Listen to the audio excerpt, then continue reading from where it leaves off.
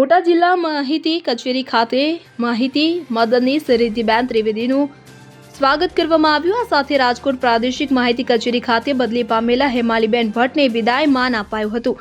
આ સમારોહ બોટાદ જિલ્લા સહાયક માહિતી નિયામક સપના ભટ્ટીના અધ્યક્ષસ્થાને યોજાયો હતો। સહાયક માહિતી નિયામક સપના ભટ્ટીએ નવનિયુક્ત માહિતી મદદનીશ રિદ્ધિબેન ત્રિવેદીને શુભેચ્છાઓ પાઠવી હતી। તેમણે રિદ્ધિબેન પાસેથી જવાબદારીપૂર્વક અને કાર્યક્ષમતાથી કામગીરી કરવાની અપેક્ષા વ્યક્ત કરી હતી। આ પ્રસંગે 25 મે 2022થી બોટાદમાં સેવા આપતા હેમાલીબેન ભટ્ટની સેવાઓને બિરદાવવામાં આવી હતી। તેમને રાજકોટ પ્રાદેશિક માહિતી કચેરી ખાતેની નવી જવાબદારી માટે શુભેચ્છાઓ પાઠવવામાં આવી હતી। તો સમારંભના અંતે કચેરી અધિકારીઓ અને કર્મચારીઓ બંનેને શુભેચ્છાઓ વ્યક્ત કરી હતી।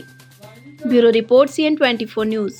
હવે જુઓ દેશ દુનિયાની તમામ ખબરો તમારી આંગળીના ટેરવે।